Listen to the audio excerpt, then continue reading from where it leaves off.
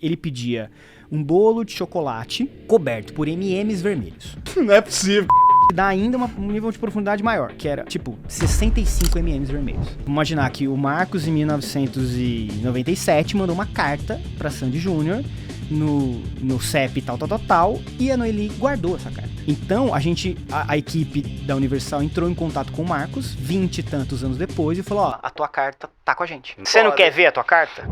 Outro exemplo do Legendários, assim, a gente gravou com o Cristiano Araújo um mês antes da morte dele. Não.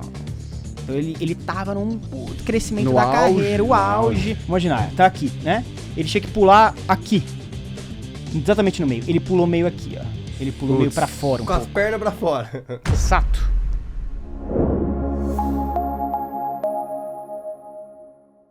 Seja muito bem-vindo a mais um episódio aqui do Dali para não Tomar, o nosso podcast para quem dá porrada e não leva porrada no seu dia a dia como empreendedor, como vendedor. Hoje, meu co-host especial, nosso apoiador aqui no podcast, Marcos Custódio, bem-vindo. Obrigado. E, cara, tô com um cara aqui que a gente tava falando nos bastidores e o cara trabalha na produção de diversos eventos, desde a época de escola, quando tinha banda de rock. Ricardo Ian, seja muito bem-vindo. Obrigado por estar aqui com a gente hoje, ter esse espaço da agenda. É um prazer estar falando contigo, cara. Muito obrigado, Marcos. E aí também, como é que vocês estão? Obrigado pela oportunidade. Vamos conversar bastante aí. Massa demais. Cara, nem quis falar aqui o nome de artistas e coisas que você já trabalhou, mas a gente vai entrar nisso. Eu queria trazer um pouquinho a primeira pergunta que a gente sempre faz no podcast. Qual que é a cadeira do Ricardo hoje, né? E quais são as tarefas dele do dia a dia? Vamos lá, Lincoln, obrigado mais uma vez. Hoje eu sou CMO da Live On Tour e Booker também. Então, quais são as funções dessas duas cadeiras, né? O CMO, como vocês bem sabem, trabalha com marketing, então toda a ligação com as marcas dos eventos que a gente produz. E o Booker é o cara que cuida da curadoria dos eventos. Então, a seleção dos artistas, e não necessariamente só artistas, mas a gente trabalha muito com o universo de talentos, né? Pessoas, das celebridades, né? Pessoas ideais, a curadoria dos talentos para o que o cliente deseja, para o que o evento pede. Então, fazer uma seleção e uma programação desses artistas. Então, tem sempre um começo, meio e fim de uma programação que você desenvolve ao longo de semanas, meses, anos, e depende da história que aquele evento precisa e pede, né? Então, são esses dois serviços principais que eu atuo dentro da Live On Tour. Legal. E como surgiu isso? Por que tu criou esse negócio de cuidar do início à ponta sendo um empreendedor? Você trabalhou muito em bastidor Boa antes. pergunta. Conta um pouquinho da sua história aí pra gente. Vamos lá. Então, pegando até um pouco da nossa conversa nos bastidores, eu sou radialista, né? Sou formado em rádio e TV, comecei a trabalhar em televisão em 2009. Em 2010 entrei na Record, né? Aí já uma emissora maior, já um outro contexto, que na época a Record tinha até o slogan do A Caminho da Liderança, então era um movimento em que a Record tinha um impulsionamento muito grande para chegar ao topo. Diversos talentos foram contratados, então na época Tom Cavalcante, Gugu Liberato, enfim, muita gente, a Rec 9, né, que era o centro de dramaturgia da Record lá no Rio de Janeiro, vários estúdios, enfim, era um movimento que a internet ainda não existia, então a TV tinha a grande força de mídia e de impulso publicitário, né, a concentração maior era TV, rádio, imprensa, né, jornal, revista, e a TV tinha essa fatia mais gorda desse mercado, né? Então, ali eu comecei estagiário, tinha meus 18, 19 anos, e fui crescendo profissionalmente, assistente, produtor, até que eu entrei no circuito de produção artística e musical. O que faz essa função? Estava explicando para o Marcos até. Que eu fazia o convite, eu fazia parte de um time, né, que fazia o convite para os talentos se apresentarem no programa que eu trabalhava. E esse programa era o Legendários, que era apresentado pelo Marcos Mion entre 2010 e 2017. E cá entre nós foi uma revolução na TV, né? Porque era um programa, assim, de comédia, tinha a questão do mudo, sei lá, eu era moleque, mas eu me amarrava no programa. Moleque, quantos você tem? Porra, tem 30. Porra, você não Você era Hermes e Renato naquela época, então, que era um clássico da nossa época. Então, você falou a gente tava falando, inclusive, agora há pouco, você falou do Joselito, né? Que é um dos personagens do Hermes e Renato da época da MTV. Um dos motivos de eu ter feito rádio e TV é o Hermes e Renato. Eu gostava muito daquele tipo de conteúdo. Eu achava interessante o fato de 5 caras roteirizarem o produto deles, atuarem naquele produto e produzirem também. Então, o Hermes e Renato, eles faziam um pacote completo. Desde uma mesa, vamos sentar e desenhar os personagens, o que a gente faz, como que a gente faz baseado no orçamento muito limitado, MTV uma emissora com, né, pouca verba e etc. E como você roteiriza aquilo, produz aquilo, dirige aquilo. Então o Fausto, que era o líder dos Hermes na época, era o diretor do programa, né, na época da MTV. Então, eles construíram tudo por eles, assim, eles por eles mesmos, eles quase que gravavam, eram os cameramen do negócio. Então, o Legendários começou nesse processo meio entre o Pânico e o CQC, que eram produtos muito populares na época. A Band acertou com o CQC, a Rede TV acertou com o Pânico, e a Record precisava, eu acho, de um produto dela, desse humor mais novo, que já começava a dialogar com o jovem, diferente do que a Globo fazia com o Zorra Total, o Cacete e Planeta, que eram produtos de humor completamente diferentes, né? Aí a Record contratou o Mion, veio na época João Gordo, Hermes e Renato, toda uma leva da MTV com um conceito muito jovem. Eu entrei no programa bem nesse começo, não no zero, no marco zero, mas poucos meses depois eu entrei, e aí fui crescendo até virar o produtor artístico quando o programa mudou completamente. Ele saiu dessa veia de humor para virar um programa de auditório, um programa popularesco, como vários outros que a Globo, SBT, Band tinham também. E dentro desse conceito, desse circo todo, tinha a produção artística. A gente precisava trazer celebridades, precisava trazer atrações musicais para cantar. Né? Emprestar, ter a audiência desse talento, toda a leva de fãs gigantesca que ele tem. Quase um collab hoje em dia. Exatamente. E hoje o que a minha agência faz, que é a curadoria e o booking, o que eu e né, o time na época fazíamos, já era a curadoria. Já era selecionar artistas populares que traziam uma leva gigantesca de audiência, né, deles, e artistas nacionalmente conhecidos. Então, a gente também tinha um artista regional que vinha, e eu vou dar alguns cases para vocês aqui, mas a gente tinha principalmente o talento nacional. Então, quando eu trazia o Michel Teló no auge do Ai Se Eu Te Pego em 2011, era o artista que estava bombando não só no Brasil, mas no mundo todo, né? E eu lembro que na época o Michel, ele veio até pro programa como, sei lá, ele tava fazendo um turnê na Europa, e aí ele veio não só para gravar o Legendários, obviamente, mas outros programas, né, do Brasil aqui.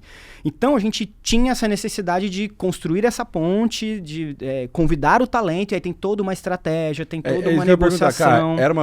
Era fácil fazer isso? Não, de jeito Porque nenhum. não é só ligar pro cara, né? Quando a gente pega esse talento que já apareceu na televisão, que o cara já é conhecido, mundialmente, talvez ele tenha já um... outros estão me chamando, né? Total.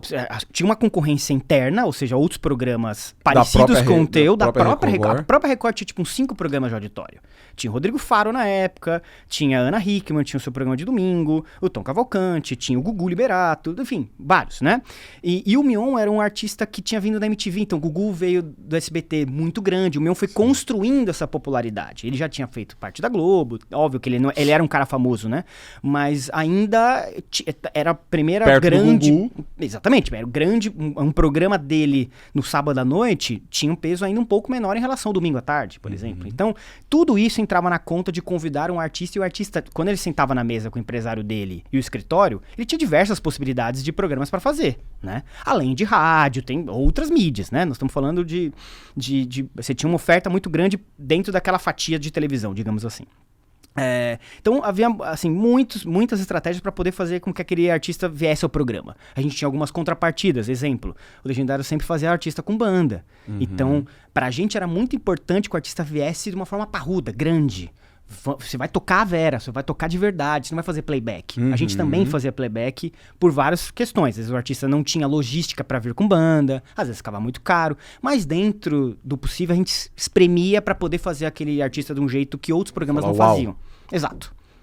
Vem aqui com a tua banda completa, vai vir com backing vocal, vai vir com bateria, você vai vir com instrumento de metal, de sopro, vem completão que a gente quer isso, né? Até porque o sábado à noite exigia isso, além de lutar a audiência com os outros programas, você lutava com a rua, né? Sábado à noite é o dia que o cara sai de casa. Então, a gente às vezes tinha audiências melhores no final do mês, porque é quando a galera ainda não tinha recebido o salário. Então ela não saía. Ele tinha.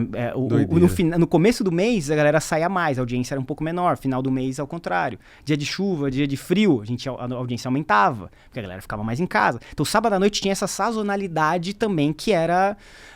Fazia parte da conta na hora de desenvolver um roteiro, desenvolver uma estratégia dessa edição do programa. E a gente tinha que contar uma história também, né? Não adianta nada você fazer um sábado de um jeito e outro completamente diferente. Porque a gente quer que esse público tenha retenção de assistir aqui e assistir de novo, e de novo. Fora a questão do zapping, né?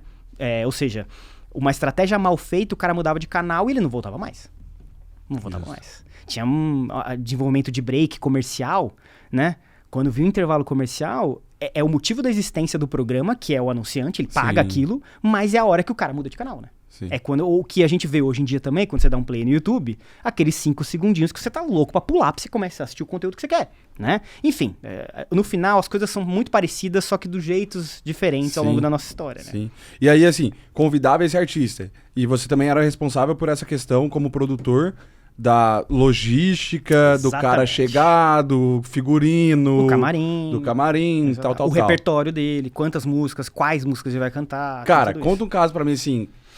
Vamos falar que deu, entre aspas, BO e tu teve que resolver. Teve algum? No quente, assim, ó. Tá, teve. Porque eu imagino que deve ser uma loucura igual fazer qualquer evento. Sim. Sempre deve ser aquela adrenalina de receber o cara, de estar tudo no... Pô, a água tá geladinha, não sei o quê. Sim.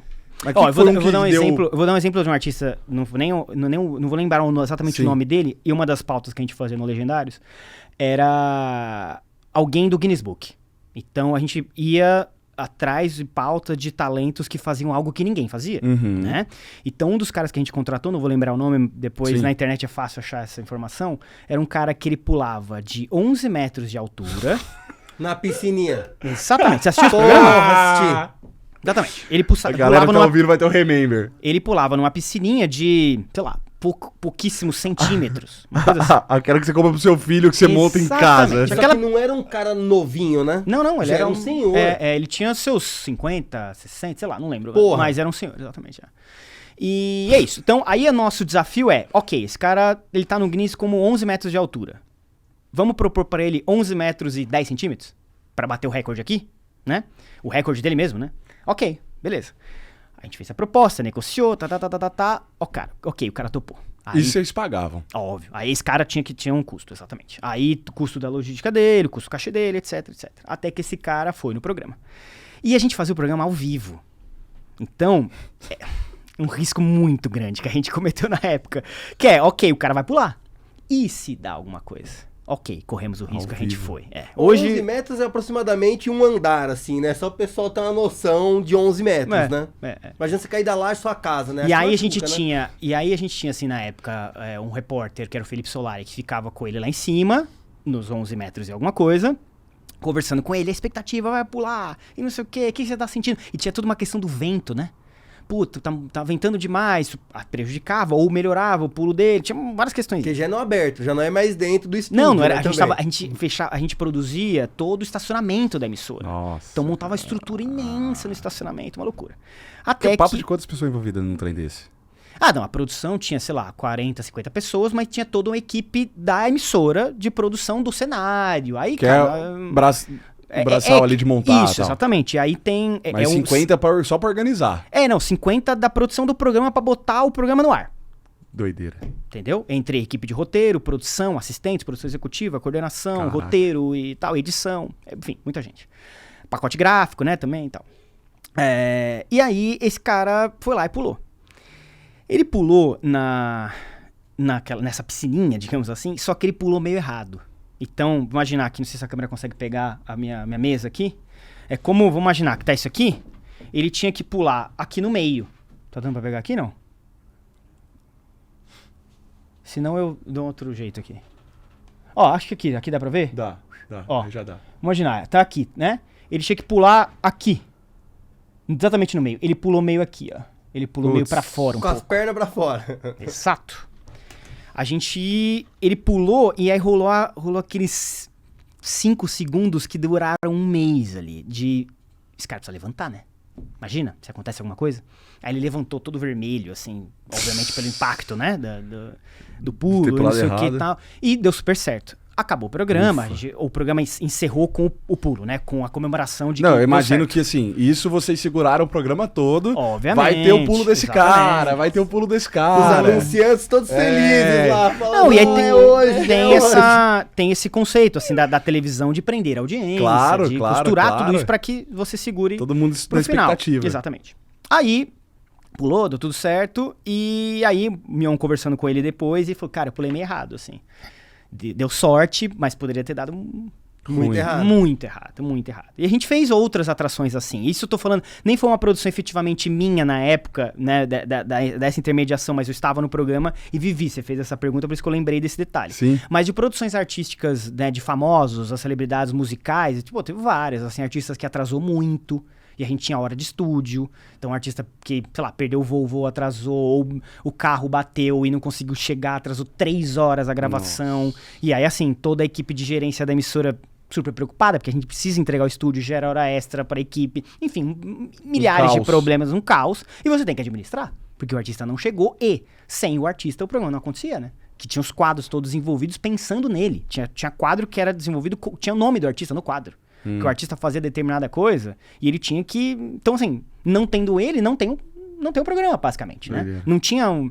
Tinha esse stand-by, mas assim, cara, a audiência... Não é pousar, não vai querer, a audiência vai cair ruim. muito. Aí nessa época já era programa gravado, você botar aquilo no ar, você fala, nossa, a gente vai perder, absolutamente. Mas uma pergunta assim, ó, a celebridade, ela tem o peso dela, mas isso não vai queimando ela quando ela vai dando uns pés pra trás, assim, pegando o exemplo de Tim Maia, por exemplo, né? Tim Maia era conhecido por atrasar em shows, por faltar em shows, né? É que era outra época também, né? Assim, hoje em dia o artista tem um nível de profissionalismo muito maior. Até os anos 80, 90, esse comportamento de rockstar, de atrasar muito, de entrar bêbado pra cantar, ou... Putz, isso fazia parte de um cenário. Isso ficou cringe hoje. Exatamente, e era glamourizado um pouco. Hoje não mais. Hoje não tem como você...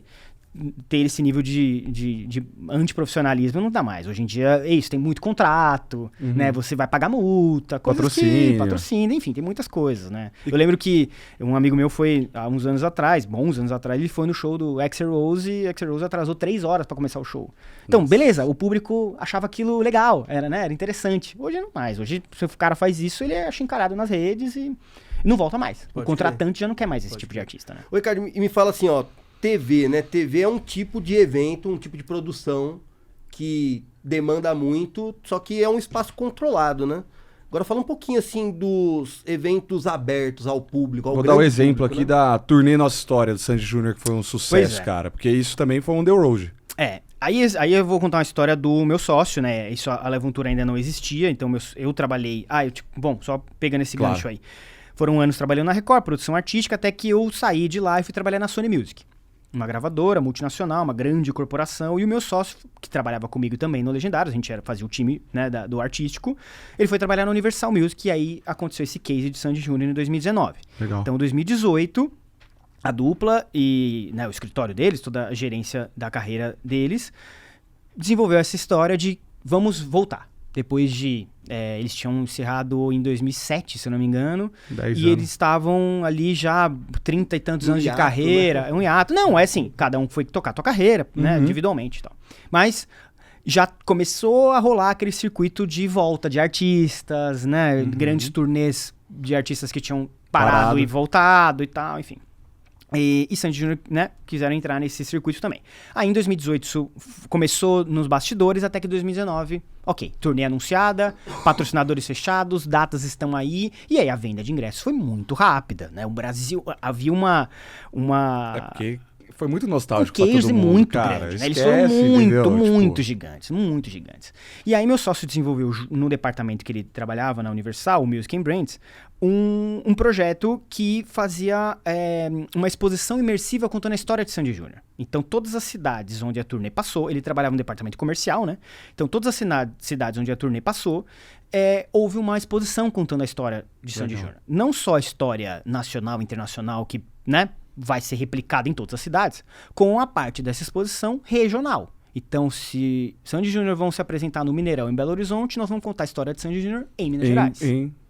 e Belo Horizonte, região Sim, metropolitana. sim. Então, aí eles tinham um grande trunfo dessa história, que é a Noeli, mãe dos dois, né? Da Sandy e do Júnior. Noeli, ela tem todo o acervo deles Da hora. catalogado. Então ela tinha a primeira caneca que a Sandy tomou quando ela foi no programa da Xuxa em 1996. Da hora. Ela tinha a primeira bateria, a primeira guitarra do Júnior, roupa que eles tocaram no Maracanã. Além de ter esse acervo físico, né? Ela tinha isso catalogado, ou seja... Organizado. Quando isso foi Organizado. tocado, cantado, executado, etc. Então, bom, o grande trabalho era esse, né? Sim. Que era organizar a vida de 30 anos de carreira. E isso já organizado, agora a gente só promove isso. Como que a gente vai promover essa história? Então, a turnê teve 4 patrocinadores e um deles foi a Volkswagen, que bancou essa exposição. Então, aí, sei lá, vamos imaginar que o Marcos, em 1997, mandou uma carta para Sandy Júnior no CEP tal, e a Noeli guardou essa carta.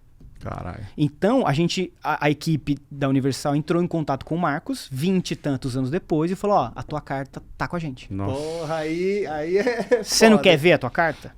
A tua letra, em 1997? E aí isso gerava uma comoção muito grande. E no Não. final, o entretenimento é o quê? Gerar emoção. Então, fora que aí tem um ponto que é pra mim a grande chave da história, que é você gerar uma receita muito grande sem precisar dos artistas. Porque Sandy e o Júnior, numa turnê, é um desgaste enorme. Então, assim, Coitado. o artista toca com febre, ele toca rouco, ele toca, assim, sem dormir, sem comer direito. É um desgaste muito... A vida na estrada é muito penosa. Sim. Então, quando você consegue gerar uma receita gigantesca sem você precisar da peça principal do jogo, é a grande chave do negócio. Né? Então, isso gerou um fluxo muito grande para os shopping centers, milhares de pessoas estavam lá, a Volkswagen construiu a experiência dela. Aí, se eu não me engano, a parte da experiência era você cantar num karaokê dentro do carro. Então, você dava o play na música lá e você cantava com a tua dupla, né?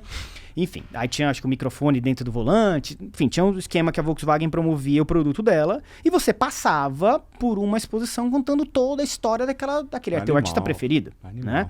Então, a gente começou a pensar a Live on Tour desenvolvendo também esse tipo de modelo. Ou seja, a gente pode fazer coisas com o artista sem necessariamente ter ele ou ela. Só pela experiência e pelo buzz que ele causa. E o que trabalhar de gente trabalhar diretamente com o artista para trabalhar na produção de emissora?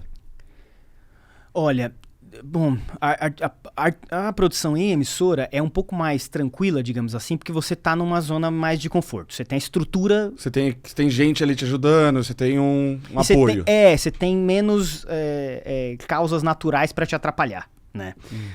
Isso eu tô falando assim, quando a gente faz estúdio, né? Quando você faz externa, aí você tá fazendo de fato um evento quase que... Externo é, por exemplo, uma cobertura igual os caras estão fazendo na Copa do Mundo lá, Exato. já é Exato. um Quando você tá na negócio rua, você tá que sujeito a tudo de errado acontecer. o cara chegar no microfone e falar um negócio. Exatamente. Ao vivo tudo pode acontecer, cara. E aí que vem a sagacidade do artista, e pra mim, por isso que o artista é o que é, que ele tem essa magia de cativar as pessoas, né?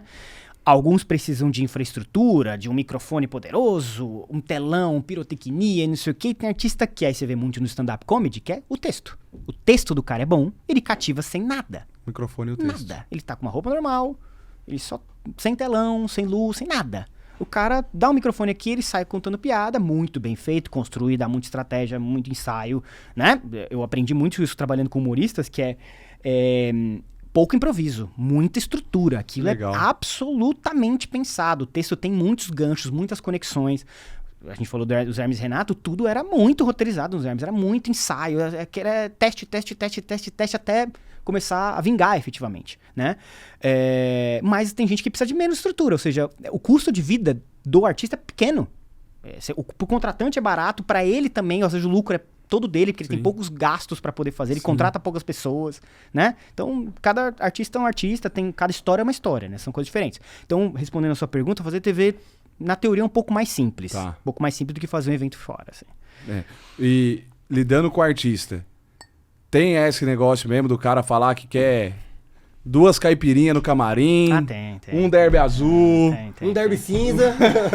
Eu vou contar Toalha quente. Vou contar uma história para vocês.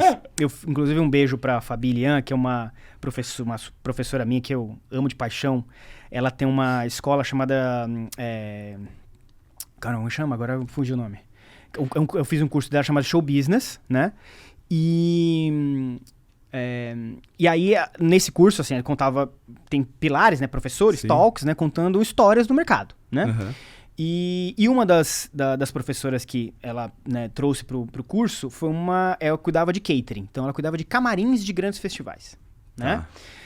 Nesses camarins... Não deixa de ser uma produtora. Absolutamente. É só um segmento da Só um produtora. segmento É tipo da médico... Exato, exatamente. Cardiologista. Exatamente. Então, ali ela cuidava, então assim, a empresa dela estabelecia o melhor camarim possível para os artistas ficarem, tá? Então, tem artista que exigia, aí tinha aquelas milhares de exigências, ela tinha uma empresa desenvolvida para isso, para atender esse tipo de mercado. Beleza. E esses caras exigem isso em contrato. Com certeza, absolutamente. E aí eu vou te contar essa história que é muito curiosa, muito interessante. Um artista internacional, não vou lembrar exatamente qual é, mas um grande nome, fez uma lista de exigências pro camarim, e aí uma dessas exigências era, e aí eu não esqueci, que era, ele pedia um bolo de chocolate coberto por M&M's vermelhos. Não é possível, cara. Você E vai aí- assinar o contrato que E tem aí isso. eu vou te dar um Bolo detalhe a de mais. chocolate com M&M's vermelho. E aí eu porra. vou te dar ainda um nível de profundidade maior, que era, tipo, 65 M&M's vermelhos. Contado. Aí que vem o X da questão. Não, 65, ou seja, não pode ser 64 nem 66. 65, e vermelhos.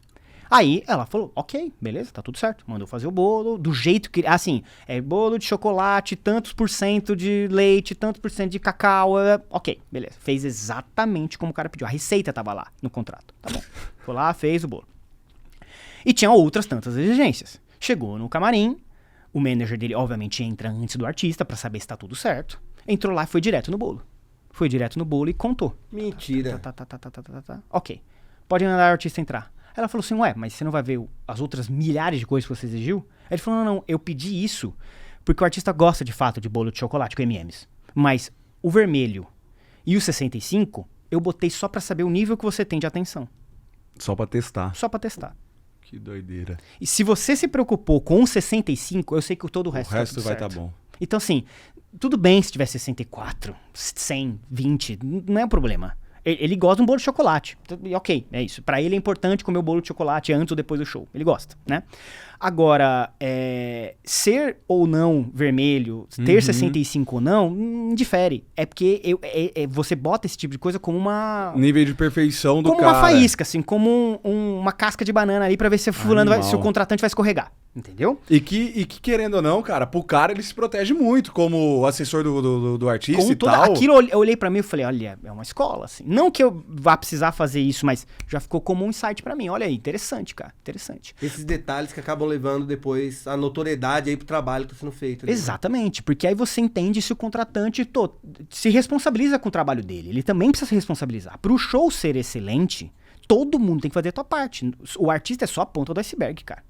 Ele só... Há muita gente por trás, há muita coisa acontecendo. Então, assim, eu já trabalhei diversos casos de artistas que estavam muito inseguros de subir num grande palco, porque ele não estava preparado ainda. Ele subiu muito rápido na carreira e... Acontece muito isso no futebol, Sim, né? O cara sim. passa necessidade, o cara vem da favela, não sei o quê. Quando vê esse cara virou o artilheiro do time, o time precisando dele, foi vendido pra Europa com sei lá quantos milhões. Acontece isso na música também. O cara bate em primeiro lugar nos charts das músicas mais tocadas do Brasil, todo mundo querendo por ele, as mídias todas. Esse cara não tá preparado pra esse sucesso. Ele não tá preparado. Só que assim, alguém vai frear? Não vai frear. Ele tem que se adaptar no meio disso tudo. E a gente tá falando com o ser humano, né, cara? Às vezes ele não tá adaptado àquilo, ele não aprendeu em pouquíssimo tempo. Então ele vai levar porrada. E aí é aquela máxima Mas acho do que é um nível de empatia também que vocês como... Mas nem sempre o mercado tem. A gente tem do lado Sim. de cá, mas nem sempre o mercado vai dar porrada. E aí vem um pouco do que é o nome do podcast, né?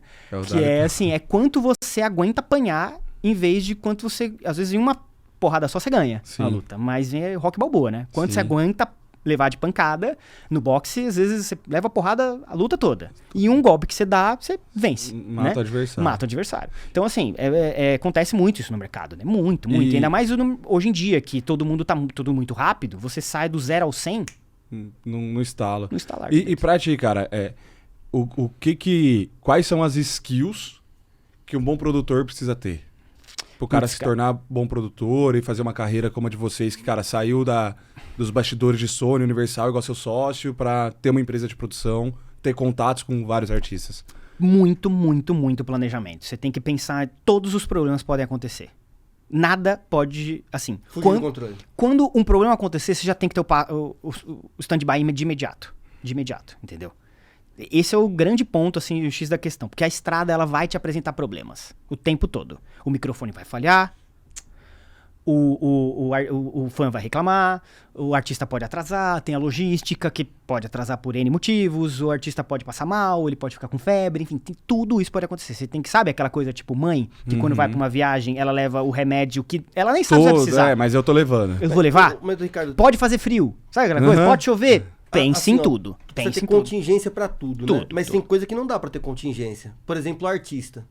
Tá gostando desse episódio? Então não se esquece de curtir, comentar e compartilhar, porque a próxima pergunta é incrível. Já chegou a ter alguma situação onde o artista falou, pô, o cara toca doente, toca com febre. Não, mas... já teve show que foi cancelado, isso é Isso, óbvio. que ele chegou e falou assim, cara, eu não posso ir. Já, assim, ó. já. Opa, já. Não, e assim... E o que acontece numa situação dessa? Então, aí depende do contrato que você desenvolveu. Mas assim, Não, com o público. Ah, tá. Com Sim, o público. sim. O público aceita? De boa? Puta, porque às vezes o público é tão fã daquele cara que fala, pô, ele é humano também, né? Sim. E a gente tá vivendo muito hoje o artista, por conta das redes sociais, né? Eu ia até entrar aí, o antes e depois, né? Mostrando muita fragilidade dele. Hoje faz parte da narrativa o cara se mostrar humano, se mostrar frágil. Porque a gente viu um universo pop, tem vários documentários sobre isso, de quão penoso foi a vida isolada do artista, aquela coisa assim, ele vive muito sozinho, porque ele hoje tá cantando, você vê, imagina, Lady Gaga pra 2 milhões e tanto de pessoas, e ela Que volta... tu produziu, né? Tu fez delas ou não? Não, Lady Gaga... Ah, não, assim, Participou? vamos lá, a Lady Gaga, o meu sócio trabalhou na Universal, então ele teve em alguns lançamentos da Lady Gaga, né, dentro da parte musical, mas não um show efetivamente dela. Ah, já é grande feito já. Na época do Legendários, a gente entrevistou Taylor Swift, Katy Perry, Arnold Schwarzenegger, Sylvester Stallone, o pai do Michael Jackson, enfim, muita gente. O Ozzy Osbourne, né, que acabou de fazer a última turnê aí o último show com o Black Sabbath. A gente fez vários artistas internacionais, muitos deles com entrevistas, né? Então, na época não tinha podcast, né? Então a gente ia até o hotel do artista pra entrevistá-lo, né? Tinha aquela coisa assim, tem 15 minutos pra cada veículo fazer uma entrevista, né? E tal. Então a gente fazia parte dessas... teve a Rihanna também, né? A gente fez a 777, que foi a turnê que ela fez tocando em 7 lugares, 7 países diferentes, 7 shows e tal. Da hora. A gente fez na época do Legendários, fizemos também. Onde que a gente tava mesmo? Você perguntou? Do artista, cancelamento. Do cancelamento.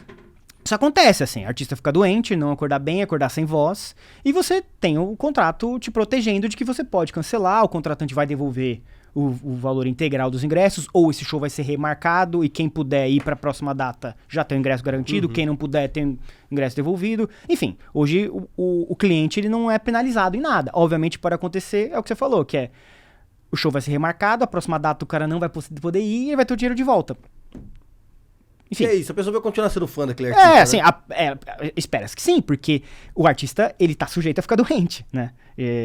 Na época, outro exemplo do Legendários, assim, a gente gravou com o Cristiano Araújo 1 mês antes da morte dele. Nossa. 1 mês e pouquinho, assim. Então ele tava num crescimento No da auge, carreira, o no auge. auge. Lembro que ele foi pra Record, ele ficou uma semana em São Paulo gravando todos os programas da Record. Gugu, Legendários, Faro, Sabrina, Sato, que tinha programa na época. E putz, assim, um menino muito talentoso, crescendo muito na carreira, foi muito simpático, cantou super bem, e atingiu uma super audiência, foi ótimo.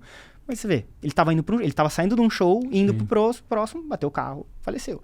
Enfim, entendeu? A estrada, como eu te falei, a gente tá sujeito a tudo. Marília Mendonça, sabe? Esse tipo de coisa acontece, cara. Acontece, né? Teve agora o menino, jogador do Liverpool lá, que faleceu agora nas férias, né? Todo mundo tá sujeito. Menino de 28 anos, super novo, né? Né, tinha acabado de ganhar a Premier League lá no Liverpool, campeonato com Portugal, ia pra Copa do Mundo no ano que vem, enfim. Acontece, né? Bom, eu como a gente conversou fora aqui, mas eu como um fã de rock, você falou que participou do João Rock, né? Eu queria ouvir um pouquinho sobre esses eventos dessa cena que hoje não é mais tão popular quanto era na nossa época, né? Começo dos anos 2000 ali, isso daí era o que o funk é hoje em dia, né? Que eu acho que acabou também com a Planeta Atlântica. Planeta Atlântica também acontece no Sul, ó.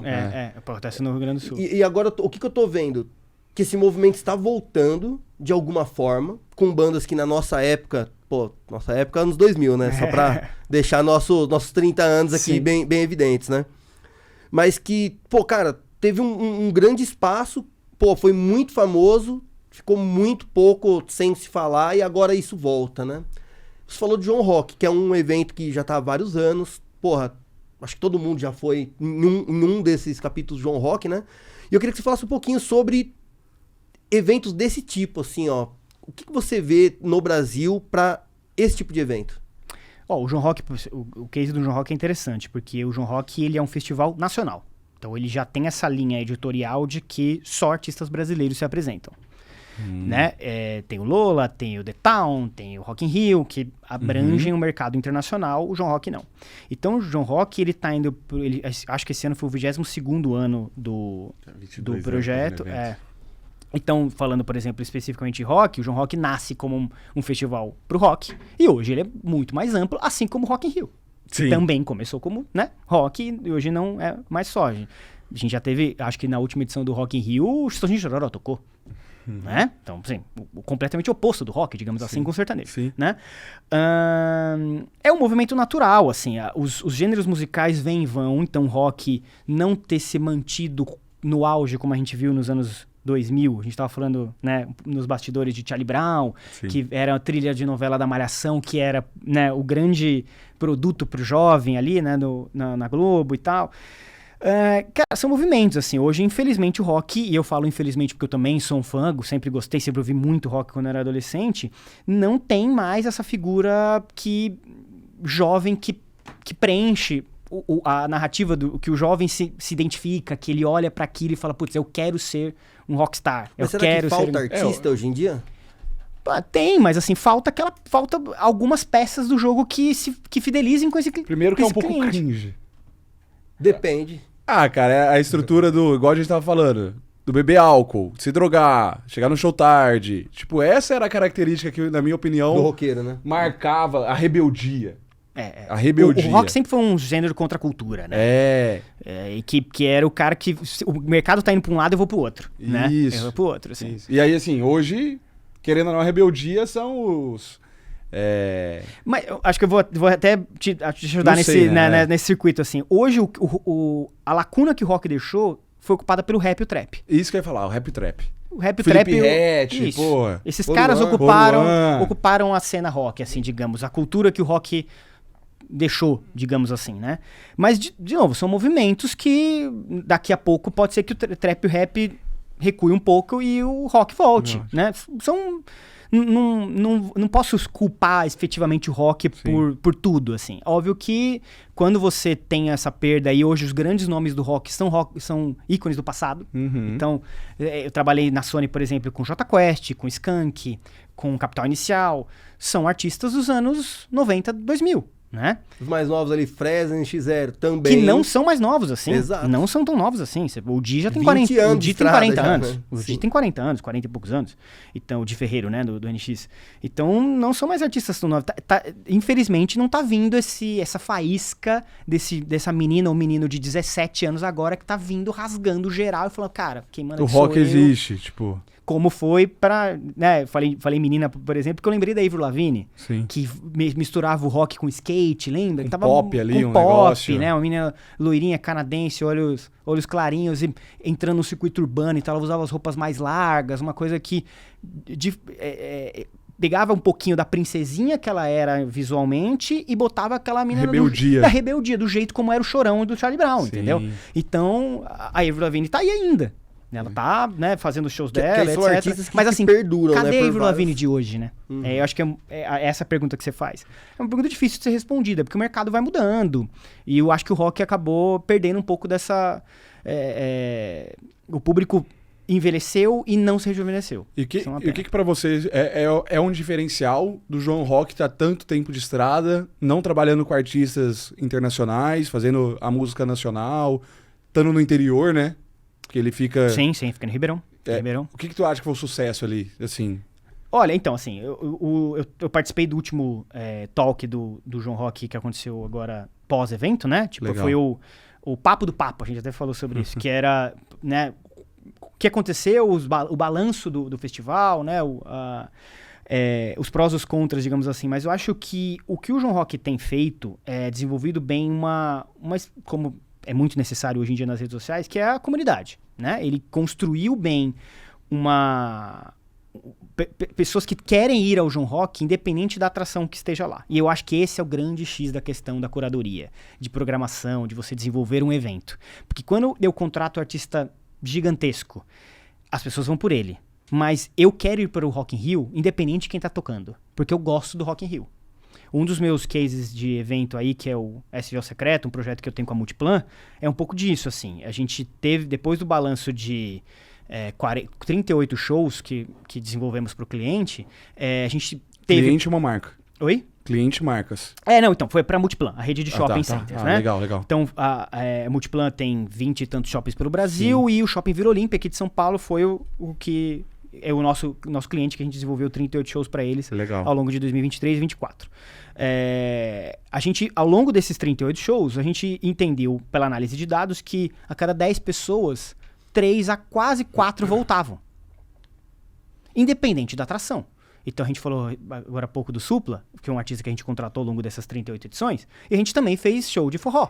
Então o cara foi no show do Supla, no dia do rock, dia 13 de julho, e ele no mês anterior ele tava vendo o Rastapé numa festa junina. Entendeu? Pô, aí quando a gente consegue isso, ok, checkmate, ganhamos o jogo. Ganhamos pelo menos essa etapa. Que daí não é o artista. Não é o artista. É o eu evento. não dependo só dele. Eu dependo de uma história que eu tô contando do começo, meio e fim. E essa história tem várias nuances, tem toda a jornada do herói do cliente, né? Ele tem que ser cativado desde o início, quando ele entra no mall, digo shopping, até percorrer até o terceiro andar onde o evento acontecia, ter o show em si, as ativações ali dentro, ele tem que se sentir confortável por ali, pra poder... Era um show no meio da semana, então a gente pegava o cara que, né... Tava cansado, mas ia ele pegar precisa trânsito, daquele fôlego no meio da semana. Vou lá com a minha família, vou lá com um amigo, vou lá respirar. Com amigo, vou tomar uma coisinha no meio da semana, mas não vou exagerar, porque amanhã tô aí de novo. O evento rola na Vila Olímpia, que é uma região onde muita gente trabalha lá, mas não mora muito ali. Então, vou pegar antes de pegar esse trânsito absoluto, eu vou assistir um showzinho, uma horinha. Ó, que legal, que gostoso, um show, não sei o que. Depois o trânsito já tá melhor. Vai chegar no mesmo horário em casa ainda? No final eu chego na mesma hora em casa. Exatamente. Eu vou ganhar 1 hora da minha vida e vou chegar no meu... Né, vejo um show e chego no mesmo horário em casa, basicamente. Então a gente foi entendendo todo esse movimento. Não foi de uma hora pra outra, não foi da primeira pra segunda edição. Foi uma história que começou ali, a gente quebrou um pouco a cabeça até que a gente entendeu uma linha editorial, tanto de contratação de talentos, o que tá funcionando pro nosso público aqui, né? Mas, óbvio, tentando ampliar, tendo essa história sazonal, ou seja, dia do rock, vamos fazer um artista do rock, festa junina, importante, um movimento muito válido para nós brasileiros aqui, né, um movimento cultural que tem que ter, então vamos fazer. Que dia da semana? Terça-feira, quarta-feira, quinta-feira? Quarta-feira é um dia importante para o cliente, porque tem muita gente que trabalha presencial aqui na Vila Olímpia, vamos trazer essas pessoas que estão fora para dentro. Dias... Algumas variáveis que vocês estudam e desenham, que é o core da empresa de vocês hoje. Dia das Mães. Então, o que a gente pode favorecer o mall? Ou seja, tem muitas promoções de Dia das Mães aqui dentro. Vamos fazer um evento que traga uma mãe cantando com a filha? Ou algo que constrói bem para o público a mãe e a filha curtirem juntas? Trazer um artista que é das duas gerações. Que é das duas gerações, exatamente. Então há muito estudo, há muita análise, muita estratégia para o show acontecer. E aí que vem a graça do entretenimento. Por isso que eu tô nesse mercado, que é, você pode fazer tudo isso e tá tudo errado. Isso é igual ao futebol. Você pode ter a melhor estratégia, jogar pra caramba, chutar 20 bolas no gol. O adversário vai lá em um lance e ele ganha de 1-0. Pode acontecer, né? Mas essa é que é a grande graça. Mas quanto mais você se prepara, quanto mais estratégia, análise de dados, quanto mais você desenvolve, a chance de você acertar é muito maior. É um negócio que é lastro, né, velho? Assim, porque... Igual tu trouxe ali, cara, características do cara, é ser resiliente e tal, não sei o quê. Mas, cara, você igual você, já tá há alguns anos trabalhando com isso. Então, tu consegue ter uma visão... A margem de erro é menor. Exato. Não, Lincoln, é planejamento. O cara tem que prever tudo. Mas, cara, foi eu e o Marcos planejar? Fudeu, entendeu? Isso é uma coisa que eu falo. Nunca fez isso. Isso é uma coisa que eu falo muito pros clientes como um todo. Desde campanhas publicitárias que eu fecho, faço curadoria, até a questão do booker, que é o desenvolvimento dessa programação, né, da contratação do artista, que é, hoje em dia, na bio do Instagram, você acha o telefone, o e-mail. Então, isso é fácil. Você não precisa de mim pra isso. Não precisa da Leva um Tour pra isso. O que eu faço de diferente é entender os meandros do mercado pra saber qual que é o melhor período para contratar esse artista, onde que ele pode deixar o custo dele menor dentro da estratégia dele. Então, a gente estava contando um caso... Isso é tabelado? Não, depende, não, de jeito nenhum, muito pelo contrário. Muito pelo contrário. O artista tá sem show, depende ele de cobra vários menos. fatores. Depende de vários fatores, muitos fatores, assim. Tem períodos em que ele tá mais nobre no mercado, períodos menos. Eu falei, dia do rock. Então, você vai contratar um artista do rock no dia do rock, Caríssimo. ele pode botar um Caro. valor mais caro. Saquei. Você vai contratar uma banda de forró na festa em junho, mais caro, porque é a fatia mais nobre dele do mercado, entendeu? Então, assim... esse contato, esse telefone lá na bio do artista, você já tem, você não precisa de mim. Agora, são diversas estratégias que você pode ter para que ele fique mais barato, para você ter, às vezes, o mesmo artista no melhor momento, mais barato, mais rápido, mais segurança, entendeu? Tem vários caminhos para que aquilo seja mais assertivo. Tu tem o e-mail dele. Como você vai escrever esse e-mail muda tudo. E até porque eu imagino que o relacionamento que você já tem com aquele empresário também O vai mailing. facilitar. A gente Com vai certeza. chegar agora e falar com o cara é 100 mil. Com Talvez certeza. você fale é 50, né? Com certeza. Tem isso. Chupla lá, meu! Não dá, pô. Com certeza, Você tem ligar ali, vários... eu chupo a dele, pô. É isso, o estar inserido no mercado há muito tempo te abre umas portas, né? E o interessante é mantê-las abertas Claro. para poder fechar isso de uma forma melhor pro cliente. E, cara, você é um cara que trouxe aí da produção ali do Legendários e tal. O que pra você mais mudou antes e hoje em dia desse mercado artístico? Porque essa época a gente tá falando, né, existia uma rede social, por exemplo, mas existia... Bem pouco. Mas bem não era pouco. tão popular como o hoje, né? Spotify, pô, não era o... Nem existia, Tipo acho que assim, Spotify naquela época, Eu né? gosto de Felipe Ret, me critiquem aí, né? Não, E, cara... Não, é porque, Não porra, critiquem. é trap. É música que eu não fico ouvindo em casa com a minha família, mas eu ponho no carro e escuto. E tem momentos pra isso. Cada momento é um momento. Só que Eu também assim... gosto de Edson Gomes, né? Tem que lembrar disso. Edson pô. Gomes, porra, baiana, Aí, só que é um cara que eu vejo que todo o trabalho dele tá voltado pro número... Então, assim, as músicas dele são legais pra mim, mas são músicas de 1 minuto e meio. Porque eu vou pôr a música 10 vezes no Spotify. E aí eu já acho, caraca, o movimento dos caras até reduzir a música Sim. pra... Sim. O que tu vê? Assim, sobre vertentes artísticas até os anos 2010, vai. Pra você ser famoso, você tinha que ser político, jogador de futebol, apresentador de televisão, cantor de banda de pagode, sertanejo, ou um rock dos anos e pouco. E eu acho que basicamente é isso, né? Tá. Hoje não.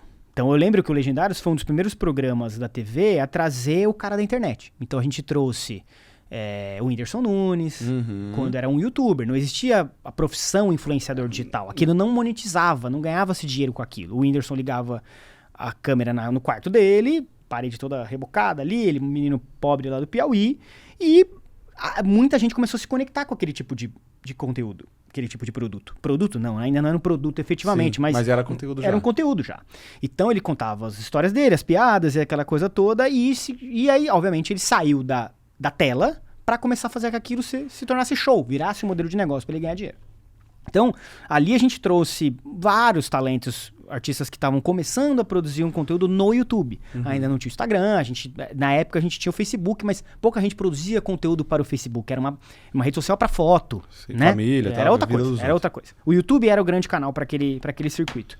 Então, hoje em dia mudou muito. Você tem por mais atualizado que eu seja, e a galera do meu mercado seja, você não vai saber todo mundo. Não tem como. Agora tá surgindo um grande viral na internet, né? Tá surgindo, sei lá... Muito rápido. Muito rápido. Você não tem mais... se eu parasse de trabalhar e ficasse só me atualizando com o que tá rolando no mercado, eu ainda não conseguiria. 24 horas é pouco tempo. Então você tem que pensar o máximo possível e usar as inteligências artificiais para ajudar nesse circuito, para que você tenha ciência do como é que está sendo o movimento de uma determinada produção de conteúdo. O entretenimento está indo para onde, né? E o entretenimento de um determinado... É isso, vamos falar de podcast que vocês têm aqui. Teve o grande boom do MesaCast nos anos 2020, a pandemia, né? E aí hoje se estabelece, todo mundo tem o seu podcast. Sim. Como você se destaca hoje em dia? Quando, né? Pluralizou demais. Todo mundo hoje em dia tem seu MesaCast, todo mundo consegue desenvolver um bate-papo através desse formato que você tem aqui, né? E aí, é isso. Nós vamos deixar morrer isso ou a gente vai tentar fazer algo diferente? Por isso que você tem visto, sei lá, stand-up comedy cantando, Não, fazendo... o próprio podcast em si, ele já mudou um pouco o modelo, que agora já tem o podcast de entrevista. Né? Que aqui até no estúdio aqui a galera fala, pô, faz um desse, que daí é todo mundo sentadinho e tal. Mas é isso, hoje você vê o stand-up comedy cantando, trazendo um violão, trazendo elementos diferentes. Legal. Você vê o artista musical contando stand-up, ele para o show dele pra contar umas piadas, pra contar, desenvolver outras coisas, ele traz a cara da plateia pra fazer um pedido de casamento. E aí, gera o entretenimento. Gera entretenimento, e aí você também pode desenvolvendo novos modelos de negócio a partir daí. Né? Eu tenho uma pergunta. Você falou inteligência artificial. Você acha que haverão artistas de inteligência artificial no futuro? Possível, bem possível. Eu lembro quando eu tava na Sony tinha um papo desse, assim, que inclusive já acontece, por exemplo, na Ásia, no Japão, que é o artista que não é um artista, né? Tipo, é um holograma. E hologramas lotam estádio. Tem gente que vai lá pra ver alguém que não é uma pessoa, entendeu? Isso existe. Isso existe. Então, mas assim, o quanto você consegue fazer isso de uma forma mais orgânica. Porque o artista, de novo, o artista ele envelhece, o artista ele fica doente, o artista engravida, o artista morre, né? Total, ser humano. É o ser humano. E mesmo assim, mesmo o artista que morre, a gente tá vendo agora recentemente com a Marília Mendonça, a obra dele continua, ele fatura-se muito ainda, muito, né? A Sony tem detenção dos direitos de Elvis Presley e Michael Jackson, assim como a Universal tem dos Beatles. Quanto que esses produtos são comercializados ainda, e pra sempre. O Elvis morreu há mais de 50 anos. A música do cara tá consumida aí, lançou filme recentemente e tal. Então, são produtos que são...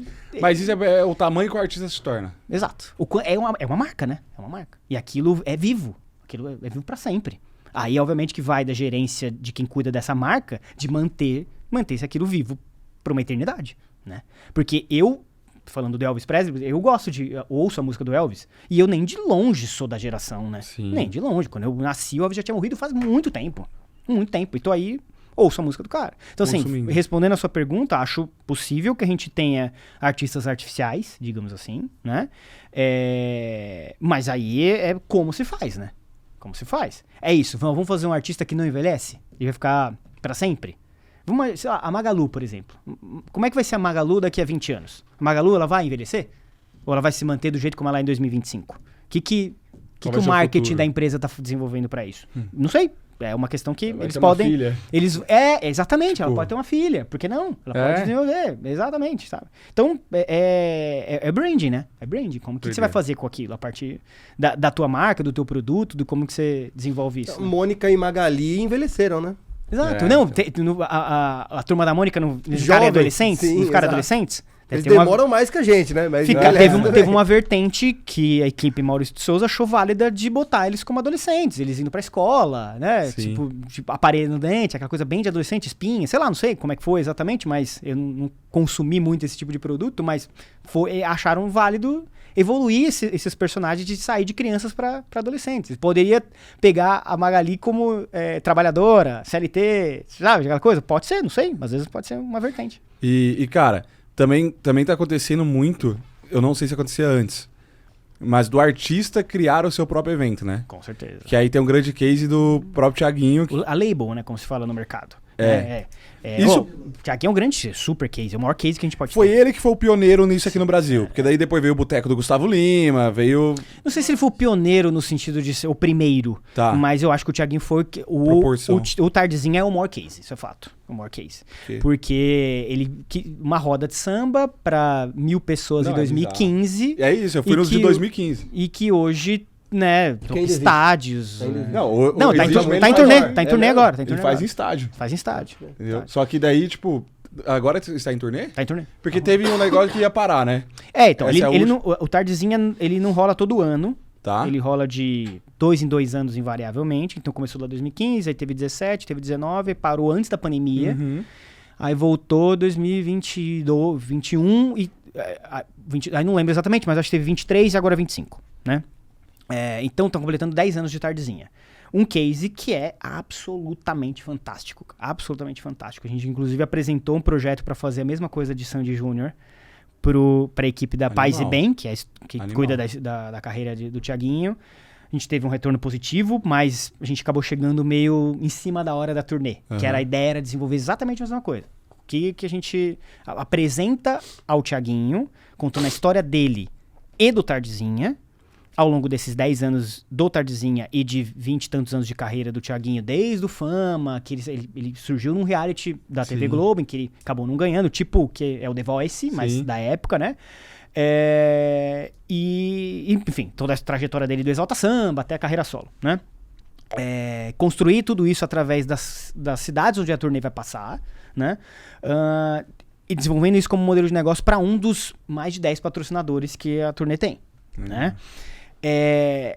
O Tardezinho é o maior case, cara. Ele é muito, muito, muito bem amarrado. E começou pequenininho. Sim, começou isso. Eu fui o primeiro Tardezinha que teve. O primeiro Tardezinha foi em Realmente. 2015 para 1.000 pessoas. Sim, E foi no Rio. E aí depois a próxima cidade foi o interior de Minas. Então não é que do Rio foi para São Paulo de imediato. Eles começaram muito pezinho no chão, cara. Muito pé no chão. E eu acho que é um grande modelo para pensar quando você quer desenvolver algo escalável, mas assim, vamos começar devagar, sem risco. E hoje o Tardezinha é um movimento cultural. Eu vi o Liporassi, que é o CEO do Tardezinha, em algumas palestras, ele falou assim, hoje você vai numa cidade, vamos lá, uma cidade que é uma grande cidade, mas não é capital, né? Sim. Vai tocar em Ribeirão Uberlândia. Preto. Ribeirão, Uberlândia, sei lá. É um movimento da cidade inteira, então você esgota todos os hotéis da cidade. A manicure lota, casalão de cabeleireiro lota. Que doideira, como gira a economia local. Como gira a economia por conta local. A galera vai comprar roupa para ir pro Tardezinha, De um porque evento cultural, eu não vou comer a roupa que eu tenho normal, eu vou comprar roupa nova. E aí ele já tem patrocínio qual que é mesmo? Tem uma marca esportiva que fechou com o Tardezinha, então eles agora têm uma linha tipo camiseta com de futebol, não sei o que. Então, um dos patrocinadores é a Uber, então você tem todo já o trajeto desenvolvido com parceria, com desconto pra você, já que você vai beber no evento. Vira um Rock in Rio local. Do cara, Rock in Rio só dele. E obviamente ele... Isso que é foda. Que e o Thiaguinho, ele é um cara... 2-3 horas de show dele. Ele toca 5 horas. 5 horas. 6 horas de show. Eu acho que o recorde que ele bateu foram 7 horas de show. E aí ele também... o Thiaguinho, ele tem ele é um grande nome por isso também, porque ele consegue trazer o jovem do pagode e a velha guarda. Então ele recebe desde o Jorge Aragão, o Thiaguinho, o Zeca Pagodinho, esses caras, até o menino... Dilcinho, sei lá. O Dilcinho ainda é muito grande, né? Trabalhei com ele na Sony, inclusive. Mas, às vezes vão tocar em Brasília, é a banda regional de pagode de Brasília, que é o cara que... Entendi. Ele tá grande ali. Local, ele tá grande e ali. traz pra abrir o show dele. Não é nem pra abrir, é pra participar durante o show. Da hora, entendeu? véio. Então, assim, aquele grupo tá grande em Brasília, mas fora de lá, ele é desconhecido. Então, vamos lá, traz. Porque um dia o Thiaguinho foi aquela banda. Ele foi aquele cara pequenininho, regional, artista, que tocava... né, pois é. Então, assim, deve ser, inclusive, bem emocionante, assim, você hoje ser a linha de frente e conseguir trazer jovens talentos. Você usou um case perfeito, assim. O Tardezinha hoje a gente pode se orgulhar de um case que é mundial. Você tem uma ideia, o Tardezinha, ele é um case global, né? Ele não é um case... Isso é uma inovação que aconteceu nos eventos, certo? E aí, vou fazer uma pergunta. Para onde você vê agora a inovação daqui para frente, né? O que mais pode inovar nesse cenário de cultura, nesse cenário de eventos? Olha, a gente teve uma saturação pós-pandemia, onde todo mundo precisava ir pra rua. Então, ficou, assim... opção demais, né? As pessoas tinham muita oferta. A gente agora tá voltando a estabilizar. Então, o que eu acho que precisa se estabelecer mais é o diálogo pós-palco.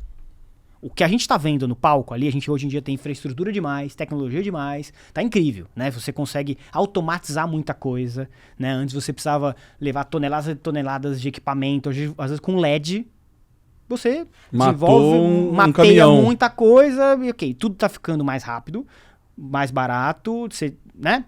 Tem tecnologia para isso, perfeito. Só que eu acho que a gente tá vendo um excesso de telas também. Então o público tá indo no show, às vezes assistindo do celular. Ele abdica de ver o artista para ver na tela. Pra gravar. Pra gravar, cara, pra poder postar e tal.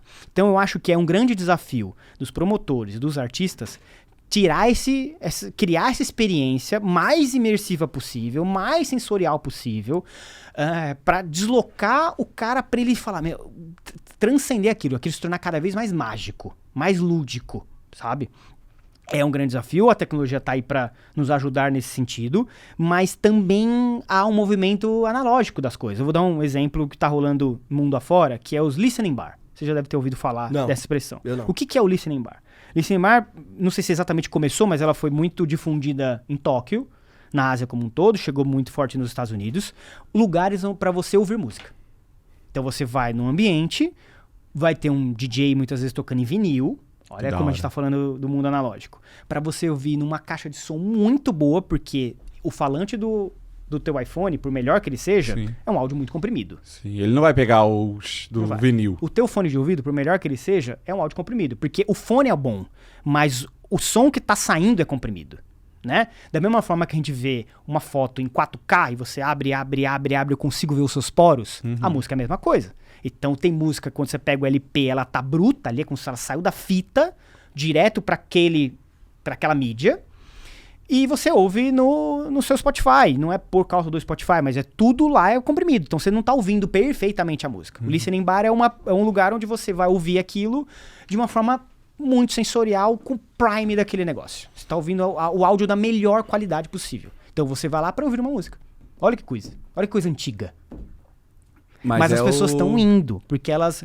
tem um empresário do ramo de entretenimento chamado Facundo Guerra, que ele tá lançando agora, final de julho, vai abrir um restaurante, um bar, né? Ali no centro, em frente ao Teatro Municipal, onde vai ser, sei lá, o melhor listening bar de São Paulo. Da hora. Ele tem outros já em São Paulo? Já, vários. Tem vários lugares. Mas o dele vai ser muito focado na experiência musical. Então ele pegou por as melhores caixas de som, tudo vai ser tocado nos vinis originais dos artistas e já tem fila de espera. As pessoas, ou seja, você pode consumir aquela mesma música, o mesmo álbum da música 1 até a última, né? No teu Spotify, no teu fone de ouvido, sentado na tua casa. Beleza. Só que a mesma experiência musical você não tem. Fora a conexão que você vai ter com as pessoas ali, de descobrir novos elementos musicais, os barulhinhos que só no vinil você vai conseguir ver, aquele solo de guitarra, aquele bumbo a caixa da bateria, o bumbo da bateria, aquele instrumento de sopro, como os erros que o artista teve em 1977, quando ele gravou aquilo, porque ele gravou numa tacada só. Não tinha produção musical como tem hoje de grava de novo, não, vamos afinar isso, não sei o que. Não, é aquilo do jeito que foi. O artista desafinando, entendeu? Fora outras experiências que eu acho que estão acontecendo muito, que a gente tá vendo que as venues estão sendo compradas por grandes empresas. Então, sei lá, a gente tem a Casa Natura Musical em Pinheiros. A gente tem o Espaço Unimed, né? Que fica ali na Barra Funda, ali perto de onde eu moro, inclusive. Que tipo Collabs. Collabs, que é assim, o que um plano de saúde como a Unimed acha na música um caminho para ela dialogar com o cliente, para divulgar o dela. O que a Natura acha interessante estar na música, até sabe? O Caio mandou um desses dias do Thierry. Porque o Thierry tem as músicas lá, a música Tadala, né? HB20. No trap fala muito isso, assim. Aí, os caras falam muito de joias, de roupas, falam muitas aí marcas. A notícia trazia um pouco de como o branding pode ser... Porque com ele foi estratégico. Então, tipo assim, ele fechou o contrato, pelo que eu entendi da notícia que o Caio mandou. E aí ele gravou a música. Então, a Hyundai tava patrocinando ele pra ter o HB20 na música, cara, só como um elemento da música na fala dele ali.